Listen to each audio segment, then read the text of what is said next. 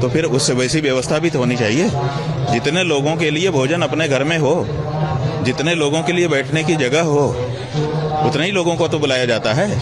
आप 40 करोड़ की व्यवस्था किए हो तो फिर ये घटना, ये विचार का विषय है। सबसे बड़ी समस्या क्या है, जिस बारे में हम लोग बहुत मर्माहत हैं, वो ये है कि जब कल सवेरे सो करके हम लोग उठे तो हम लोगों ने समाचार देखा, शायद दैनिक जागरण का समाचार था। उसमें बताया गया था कि रात को भगदड़ मच गई है और 17 श्रद्धालुओं की मौत हो गई है। हम लोग बड़े चिंतित हो गए। मौन हम लोग रहते हैं स्नान तक। हम लोगों ने सोचा अब क्या करें, कैसे करें। फिर पता चला कि सब नाव निरस्त कर दी गई है। जो हम लोगों के स्नान के लिए व्यवस्था बनाई गई थी, प्रशासन के द्वारा समाचार आया कि वो सब निरस्त कर दी गई है, अब कुछ नहीं हो सकता है। तो हमको लोगों को लगा कि घटना तो जो बताया गया सही है। फिर हम लोग प्रतीक्षा करते रहे।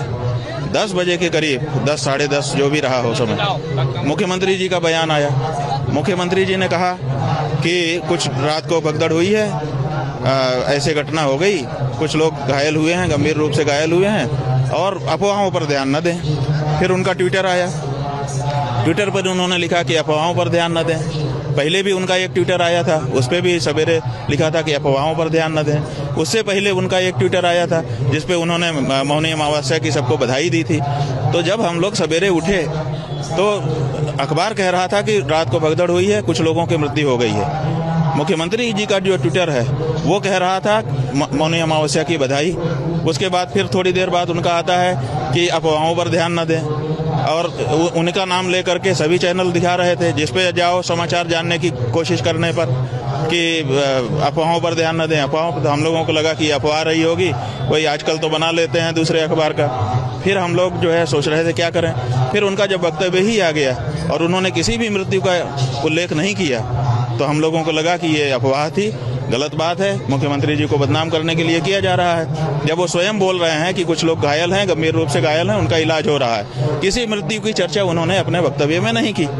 तो हम लोग फिर निकल पड़े कि भाई जब कोई मृत्यु नहीं हुई है, घटना हो गई है, सब संभाले हुए हैं, तो चलो स्नान करते हैं। हम स्वयं पुरी के द्वारका के शंकराचार्य जी महाराज, श्रृंगेरी पीठ के शंकराचार्य जी महाराज से अनुरोध हमने किया कि अब चला जाए, स्नान करें। हम लोग जाकर के स्नान किए।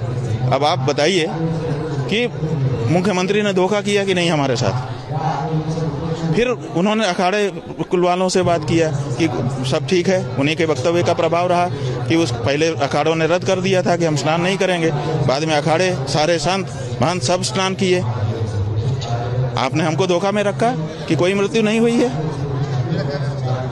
हिंदू धर्म में ये नियम है कि जब परिवार में कोई मर जाता है, विशेष करके ऐसी घटनाओं में भोजन नहीं करता है कोई। हम कल एक दिन उपवास नहीं रख सकते थे उनके लिए जो चले गए, आपने उससे हमको वंचित कर दिया। हमको आपने ऐसा आभास करा दिया कि अफवाह चल रही है, कोई कैजुअलिटी नहीं हुई है, कोई मृत नहीं हुआ है। तो इतना बड़ा धोखा संत समाज के साथ, इतना बड़ा धोखा संत सनातनियों के साथ, इतना बड़ा धोखा हम लोगों के साथ कैसे इन्होंने कर दिया, क्यों कर दिया? अखाड़े की पीड़ा ज्यादा है कि आपने देश के सामने झूठ क्यों बोला, सनातनियों के सामने झूठ क्यों बोला? झूठा मुख्यमंत्री, क्या कारण है? क्यों इतनी बड़ी जब घटना हो गई थी तो आप क्यों छुपा रहे थे?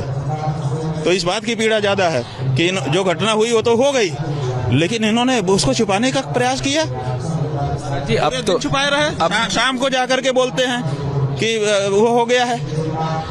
आप पूरे दिन आपको पता ही नहीं था, दुनिया बता रही थी, आपको पता ही नहीं था। तो आज सबसे बड़ी जो हम लोगों के मन में पीड़ा है वो ये है कि हमारा मुख्यमंत्री झूठा है। वो इस बात की पीड़ा है कि वो हमारे साथ घटना घटती है, हम ही से छिपा लेता है, और हमको हमारे जो मृतात्मा हैं उनके प्रति संवेदना व्यक्त करने के लिए, उपवास तक रखने के लिए मौका नहीं दिया इस व्यक्ति ने।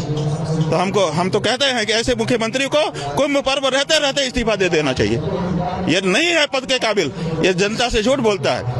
जो सच्ची बात है, घटना घट गई, उसको सामने रखो कि भाई ये हो गया है। कहाँ नहीं घटना घट जाती है, किसी भी जगह पर घटना घट सकती है।